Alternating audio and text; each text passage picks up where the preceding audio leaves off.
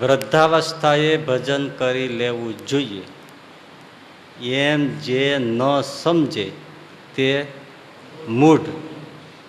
વૃદ્ધાવસ્થાએ ભજન કરી લેવું જોઈએ એમ જે ન સમજે તે, અને વૃદ્ધાવસ્થાએ ભજન કરી લેવું જોઈએ એમ જે સમજે તે મહામૂઢ. આપણે ત્યાં છોડ્યું હતું ને, બહુ અઘરી વાત નથી, સહેલું જ છે. એમાં કારણ એટલું જ છે, વૃદ્ધાવસ્થા આવશે એની કોઈ ગેરંટી નથી.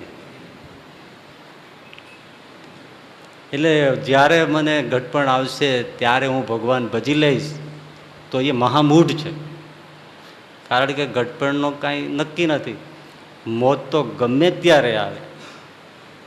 શિશુ જાય જુવાન જાય છે,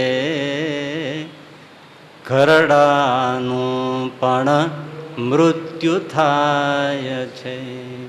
વળી કોઈ ગર્ભથી ગળે નક્કી કશી રીત ના મળે. એમાં મોત ગમે ત્યારે આવે, ક્યાં ખ્યાલ છે. મુંબઈમાં એક જણાને એના ઘરવાળા સાથે, પરિવાર સાથે ગમે તે હોય, બહુ ખબર નહીં આપણને, કારણ ઘરમાં શું થયું આપણને શું ખબર હોય, પણ કાંઈક ઝઘડો થયો અને પહેલાંને એવું માઠું લાગ્યું. ત્રીજે ચોથે માળેથી આપઘાત કરવા માટે પોતે કૂદ્યો નીચે રોડ સાઈડમાં. મરવા માટે જ કૂદ્યો તો, એ જીવતો રહીએ. પણ થયું એવું, કૂદ્યો નીચે, એક બકાલી ટિંડોરા વેચતો હતો, એની માથે પડ્યો. બકાલી મરી ગયો ને આ ઉઠીને ઘરમાં વયો ગયો. હવે બકાલીને ખબર હતી હું ટિંડોરા જોગતો જોગતો જવાનો છું. મરવાનો હતો એ જીવતો રહી ગયો, નહોતો મરવાનો એ મરી ગયો. આમાં નક્કી છે ઘટપણ આવે ત્યારે જ મોત આવે. એટલે મહામૂઢ એટલા માટે છે કે એણે સ્વીકાર્યું તો ખરું કે ભજન કરવા જેવું છે, અને છતાંય કરતો નથી, વાયદે વાત નાખે છે. એના એટલે મહામૂઢ છે. પેલો જે વૃદ્ધાવસ્થા આવી છે છતાંય ભજન કરવું જોઈએ એવું સમજતો નથી, એ તો મૂઢ છે, કે એને કાંઈ ખબર જ નથી.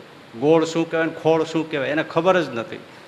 પણ આને તો ખબર છે ગોળ શું છે ને ખોળ શું છે, છતાંય કે હમણાં લઈ લઈશ, હમણાં લઈ લઈશ, હમણાં લઈ લઈશ, એને એમાં ભાઈ ગુમાવી દીધું. તો એ મહામૂઢ કહેવાય.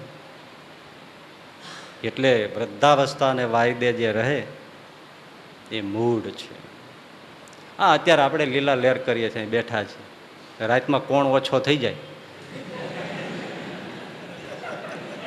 હા, ભજગોવિંદ સાંભળે પછી એમ હોય કે વાંધો નહીં બાપુ, ઘરડા થાય ત્યારે હરી ભજવા છે, બસ એક પગે ઊભા રહીને જે હરી ઘનશ્યામ, જે હરી ઘનશ્યામ કરવી. જ્યાં સવારે ગોદડું ઉચકાવે ત્યાં ઉપર વયો ગયો હોય. એ મહામૂઢ છે.